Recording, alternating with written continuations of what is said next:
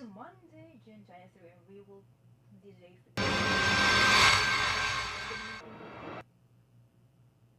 Behold the latest military news update.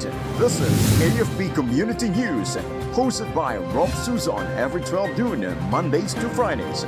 Only here on DWDD Armed Forces Radio. One AFP for a stronger Philippines.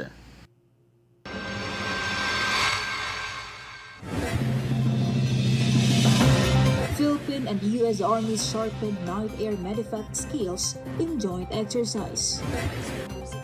Army troops neutralized 2 terrorists, captured 2 others in Mama Sapano clash. Philippines activates crisis management team after Jordan was identified as exit point for Filipinos. DOT readies fuel subsidy program.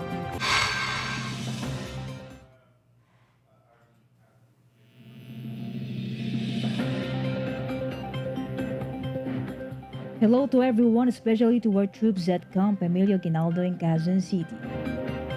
Today is Monday, June 23, and this is AFP Community News, your source for the updates on the armed forces and other developments across the country. I am Prof. Susan Abay, here to bring you today's stories. DWDD Armed Forces News. And for the brief overview of our news, the Philippine Army and United States Army conducted a night air medical evacuation familiarization exercise using an HH-60 Black Hawk helicopter, held by the Air Medical Helicopter Platoon of the Philippine Army's Aviation Regiment. The training aimed to boost the flight crew readiness and enhance the in-flight medical mission capabilities under low visibility conditions. The Aviation Regiment emphasized the exercise's goal of strengthening interoperability between Philippine and U.S. forces to enable faster casualty evacuation during emergencies. The regiment said this is part of their ongoing effort to professionalize their air medical capabilities and improve combat service support to ground units. DWDD Armed Forces News. Government troops neutralized 2 local terrorists and captured 2 wounded accomplices during a clash in Barangay Libutan, Mama Sapano, Maguindanao del Sur yesterday. Elements of the 6th Infantry Battalion, 33rd Infantry Battalion, and other units under the 601st Infantry Brigade launched a decisive operation against members of the Dawla Islamiyah Hassan Group following the reports of planned IED attacks in populated areas. Died in the clash were Tahir Salim Suweb and Ben Ladin Adi Kamid. Captured after being wounded were Junjun Kayogen Liosen and Rasul Mendoza Kariman. Relatedly, 601st Infantry Brigade Commander Brigadier General Edgar Katu ordered the intensified pursuit operations against the fleeing terrorists linked to multiple killings, robberies, and the ambush of 4 soldiers last year. Armed Forces Radio. On the other line, let us hear more from Kath about Philippine Air Force Reservist Charo Santos expresses gratitude to Air Force comrades for supporting her film. Rough good noon. Actress and Philippine Air Force PAF reservist Charo Santos expressed gratitude to her fellow reservists for organizing a special black screening of her film Only We Know at Newport Cinema. In an Instagram post, she thanked her PAF comrades for their support and presence. She joined the Air Force to serve in October 2024, driven by admiration for soldiers and a desire to understand their mission. The veteran actress stars alongside Ding Dong Dantes in the film, which explores love beyond boundaries. This is Kat reporting for AFP Community News, one AFP for a stronger Philippines. Thank you, Kath. DWDD Armed Forces News. The 6th Infantry Division strongly condemned the continued exploitation of indigenous youth by communist terrorists following the capture of 2 underage New People's Army members in Calamansig, Sultan Kudarat. Government troops from the 37th Infantry Battalion apprehended 2 wounded minors, alias Digbay and Mario, after an encounter in Sitio Muagan, Barangay Dato, Ituandong. Both were indigenous youth reportedly involved in the firefight that killed one soldier and 3 rebels, including 2 NPA leaders. Recovered from the miners were an F-16 rifle and 3 magazines. Brigadier General Michael Santos, the 603rd Infantry Brigade Commander, denounced the recruitment of miners, calling it a direct attack on the future of Filipino youth. DWDD Armed Forces News. Presidential Advisor on Peace, Reconciliation and Unity Secretary Carlito Galvez Jr. met with peace advocates and former rebels during his visit to the 10th Infantry Division at Camp General Manuel Yan Sr. in Mawab, Davao de Oro. Welcomed by 10th ID Commander Major General Alan Hambala, he led a dialogue with various people's organizations addressing concerns about amnesty, livelihood, education, and housing support under the government's peace initiatives. A key moment was the ceremonial turnover of safe conduct passes from the National Amnesty Commission, giving temporary legal protection to qualified peace advocates as they reintegrate into civilian life. The event also showcased the 10 ID's enhanced comprehensive local integration program, which continues to empower former rebels through community support, livelihood programs, and partnerships with institutions like the DECO. Armed Forces Radio. From First Sergi, let us hear from Mel Joy regarding the Army partner stakeholders conduct Serbisyo Caravan in Tarlac. Yes, Rolf, through the shared commitment and collective efforts of various government agencies and stakeholders, around 1,045 residents benefited from a Serbisyo Caravan held in Barangay Tinang, Concepcion, Tarlac. The Serbisyo Caravan was organized by the Victorian Mula sa Puso Association Incorporated in partnership with the 3rd Mechanized Infantry Battalion together with the provincial government of Tarlac through its Public Employment Service Office, Department of Agriculture, Technical Education and Skills Development Authority, Department of Agrarian Reform, Department of Trade and Industry, Bureau of Fisheries and Aquatic Resources, and the local government unit of Concepcion. Among the services provided to the beneficiaries were a feeding activity, distribution of grocery packs, school supplies, slippers, and vegetable seeds. Residents also attended and participated in information drives conducted by the different government agencies about their available programs and services, including legal assistance, job opportunities, and other social services. This is Meldra Nesho Arroco reporting for AFP Community News, 1 AFP for Stronger Philippines. Thank you, Meljoy of First CRG. DWDD Armed Forces News. Following President Ferdinand Marcos Jr.'s directive to protect the Philippine Maritime territory, the Philippine Coast Guard deployed 2 vessels and an aircraft to respond to illegal swarming by Chinese maritime militia at Rosol Reef.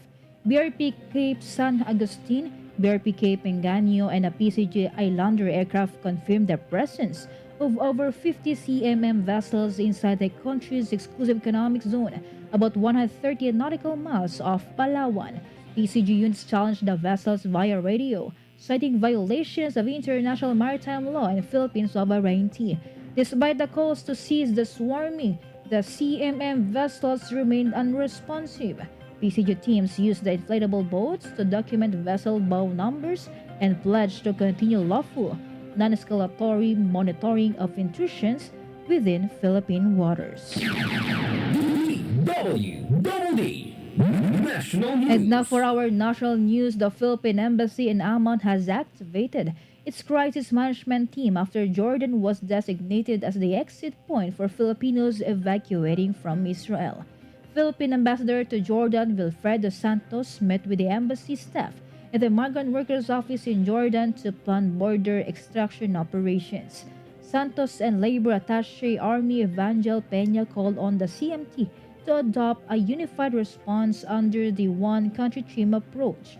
The Department of Foreign Affairs is urging the Filipinos to avail themselves of voluntary repatriation as it raised its crisis alert level in Israel to 3. Armed Forces Radio. And now from NOLCOM, let us hear some information from Juan about Philippines condemns China Coast Guard's aggressive actions against BIFAR's vessel in Bajo de Masinloc. The Philippine government strongly denounces the latest aggressive action of the China Coast Guard or CCG against Bureau of Fisheries and Aquatic Resources vessels conducting legitimate maritime patrols and fisheries support operation near Bajo de Masinloc or Panatag Shoal in the West Philippine Sea. On June 20, BRP Datu Matanam Taradapit MMOV 3006 was subjected to a water cannon attack by CCG vessel 4203 while delivering essential supplies to Filipino fisherfolk. This act was followed by shadowing and unsafe maneuvers by Chinese militia vessels and PLA Navy ships within the Philippines' exclusive economic zone. These actions blatantly violate international law, specifically the United Nations Convention on the Law of the Sea or UNCLOS and the 2016 arbitral ruling, and jeopardize the safety of Philippine personnel and local fishing communities. BFAR vessels' presence and operations in the area are lawful, routine, and focused on food security and public welfare. Despite provocations, BFAR vessels remain professional and completed their mission. The Philippines reaffirmed its commitment to defending sovereignty and supporting Filipino fishermen and will direct Philippine Maritime Forces to continue lawful operations with professionalism and determination. The National Maritime Council called on China to cease unlawful actions, act with restraint, and adhere to international law to maintain regional peace and stability. This is John Sagok reporting for AFP Community News 1 AFP for Stronger Philippines. Thank you, Joanne of Nolcom. DWDD National News. At least 26 Filipino workers in Israel who were among those who sought repatriation crossed the border to Jordan yesterday. They were the first wave of OFWs to arrive at the Jordanian border. They're expected to return to the Philippines on Tuesday. Another batch of 33 OFWs will also cross the border in the coming days. Philippine Ambassador to Jordan Wilfredo Santos and Migrant Workers Secretary Hans Leo Kakdak went to the Jordanian border to oversee the safe passage of the 26 OFWs and one Filipino tourist who have been evacuated from Israel. DWDD National News. The Philippine Embassy in Tel Aviv reported that there are now 8 Filipinos who have been injured by Iranian retaliatory missiles to Israel. The embassy said that one Filipino who had severe and life-threatening injuries remains in critical condition while another suffered from moderate to serious injuries and had been discharged. Meanwhile, 6 were already discharged from the hospital after receiving treatment for minor injuries. The embassy shared that the Filipino in critical condition underwent a major pulmonary surgery at Shamir Medical Center and is still in the ICU and will need to undergo another surgery once stable. Armed Forces Radio. Let us hear more updates from Leonor about PMCFI and AFP Officers Ladies Club treat heroes as children to indoor water park adventure. Yes, Rolf, the Philippine Marine Corps Foundation Incorporation, in partnership with the Armed Forces of the Philippines Officers Ladies Club Incorporated, gave children of fallen and wounded military personnel a memorable experience at Wet Park Adventure Lagoon. Over 100 children of soldiers, airmen, sailors, and marines enjoyed 3 hours of fun-filled water activities. Now, in its 4th year, the initiative began through the generosity of Wet Park co-owner Ms. Abby Calalo and has been expanded with AFOLC's support to benefit all branches of the armed forces. The event was made possible by various sponsors and military officers whose contributions ensured its success. This is Leonor Tarap reporting for AFP Community News, 1 AFP for Stronger Philippines. Thank you, Leonor. DWDD National News. For other national news, the Department of Transportation has activated its fuel subsidy program to help ease the impact of a nearly 5 peso per liter increase in petroleum prices. The OTR spokesperson Assistant Secretary Mon Lagan said the department, in partnership with the Land Transportation Franchising and Regulatory Board, will distribute fuel subsidies to public utility vehicle operators and drivers nationwide. Lagan said the government program aimed at helping sectors most affected by the fuel price hikes, especially in light of the ongoing conflict between Israel and Iran. The subsidy is intended to provide immediate relief from sudden fuel cost surges while preventing sudden fare increases that would burden the commuters. DWDD National News. The Department of Agriculture is finalizing a draft bill aimed to restore some functions of the National Food Authority. DA particularly like to ensure that the 20 pesos per kilo rice program of the Marcos administration would be sustained until 2028. Agriculture Secretary Francisco Chu Laurel Jr. said the proposed bill reflects a strategic recalibration of government policy. He also added that it reinforces the DA's role in safeguarding the food security and reviving the NFA's capacity to act decisively during periods of price volatility and supply disruptions. Armed Forces Radio. And now from Solcom, let us hear from Jess about 16th Infantry Battalion uncovers CTG weapons stockpile in Camarines Norte. Yes, good afternoon. A joint security operation led by the 16th Infantry Maglilingkod Battalion, Philippine Army on June 20 uncovered a hidden arms cache in Barangay Tamisan, Jose Panganiban, Camarines Norte. The cache, believed to be left behind by the remnants of Committing Larangang Guerrilla 1 Sub-Regional Committee 1, Bicol Regional Party Committee of the Communist Terrorist Group, contained 2 M16A1 rifles, over 3,300 rounds of 5.56 mm ammunition, explosives, bomb components, and subversive documents. The discovery was made following the surrender of a former rebel alias Gab on June 19 who turned over an M16 rifle and provided intelligence on the location of the stockpile. The operation was conducted by the 16th Infantry Battalion under 201st Infantry Brigade, 2nd Infantry Division, Philippine Army, in coordination with the PNP 2nd Provincial Mobile Force Company, 91st Special Action Company, and the Jose Panganiban Municipal Station. Lieutenant Colonel Warren O. Daroy, commanding officer of the 16th IB, said the operation significantly weakened the CTG's logistical capability and called on remaining members to surrender and avail of programs like Enhanced Comprehensive Local Integration Program or ECLIP and the National Amnesty Program. This is Just from Solcom reporting for AFP Community News, 1 AFP for a stronger Philippines. Thank you, Jess from Solcom. DWDD National News. On the other hand, President Ferdinand Marcos Jr. is back in the country after a 4-day working visit to Japan. The chief executive, First Lady Liza Raneta Marcos, and their entourage arrived in Manila around 6:30 p.m. last night. In his arrival statement, Marcos said the country secured the new opportunities that will create jobs, bring in investments, and help improve the lives of Filipinos. The president also visited the Philippine Pavilion at the World Expo in Osaka. He also said this strengthens the country's standing as a destination for tourism, partnership, and investment. DWDD National News. President Ferdinand Marcos Jr. vowed to preserve the country's territorial integrity without compromising the under his watch. Marcos said in his podcast that the country will not yield and will continue to protect the sovereignty of the Republic. He assured that they will continue to defend the territory of the country and protect and defend the people. Armed Forces Radio.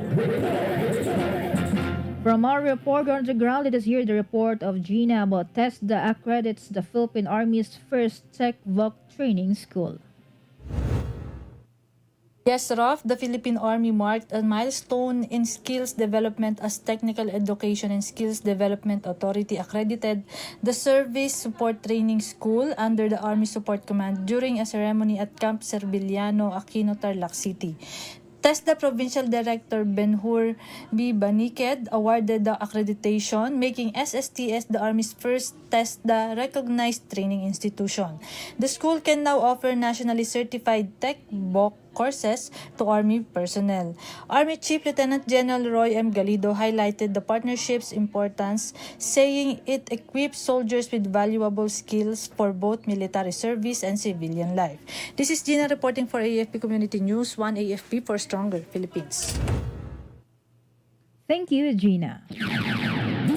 DWDD National News. The Department of Health is offering jobs from medical professionals and other health workers. Around 1,800 jobs are available to applicants starting today until June 27. The DOH said the job fairs align with the department's commitment to promptly fill vacancies. This will also serve as a platform to meet qualified candidates and promote employment opportunities to the public. DWDD National News. The Bureau of Corrections has stated stronger partnerships with international organizations to further improve the management of prison facilities under its jurisdiction. BUCOR Director General Gregorio Pio Catapang Jr. said strengthened international partnerships will be vital as the Philippines and global stakeholders continue to work toward addressing complex issues within the justice sector. Recently, a delegation from the United States congressional staff visited the BUCOR headquarters in Muntinlupa City.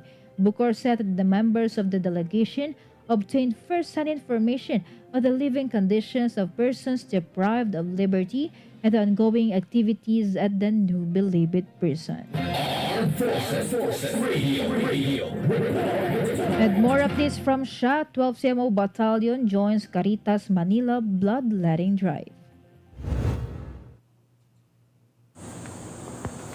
Yes, Rof, the 12 Civil Military Operations Kapatiran Battalion actively participated in bloodletting activity in Pandacan, Manila. This was organized by Caritas Manila in partnership with Serving Heart Charity Incorporation and the Lung Center of the Philippines. The event aimed to collect blood donations for patients in need of transfusion. The 12 CMO Battalion involvement reflects its strong support for humanitarian initiatives that save lives and promote compassion in the community. This is Shaina Raneta reporting for AFP Community News, 1 AFP for Stronger Philippines. Thank you, Shaina. Armed Forces Radio. Another information from Glenn about Philippine Air Force joins PITX in free medical mission for transport workers. As Rough, the Philippine Air Force supported the 4th free medical mission of PITX Barkada ni Pete program held at the Parañaque Integrated Terminal Exchange in partnership with Unilab and EO. The Executive Optical, the Air Force provided medical assistance to 125 transport workers, terminal staff, and passengers. The mission offered free checkups, eye exams, bone scanning, and anemia screening. PITX praised the Air Force's vital role in the success of the event, which aims to uplift the well-being of the nation's transport frontliners. This is Glenn Ligulchan reporting for AFP Community News, 1 AFP for a stronger Philippines. Thank you, Glenn. DWDD National News. For our weather update, a tropical depression has been spotted outside the Philippine area of responsibility. Pag-asa weather specialist Daniel James Villamil said the weather disturbance was estimated at 2,425 kilometers east-northeast of extreme northern Luzon outside the PAR. For now, Villamil said that the tropical depression remains unlikely to directly affect the country. There was also a slim chance that the tropical depression would enter the PAR. Pag-asa also said the southwest monsoon has been the prevailing weather system all over the archipelago. DWDD Armed Forces News. And that concludes today's broadcast, and thank you for tuning in, especially to our audience on AFP Radio DWDD's Facebook page. Be sure to join and catch us again tomorrow for more stories and updates, same time and same station. Once again, this is Ralph Suzunabay for AFP Community News, 1 AFP for a stronger Philippines. Behold the latest military news update. This is AFP Community News, hosted by Rob Suzon every 12 noon, Mondays to Fridays. Only here on DWDD Armed Forces Radio. 1 AFP for a stronger Philippines. Kayo ay nakatutok sa DWDD AFP Radio. Kami po ay kasapi ng KBP, Kapisanan ng mga Broadcaster ng Pilipinas.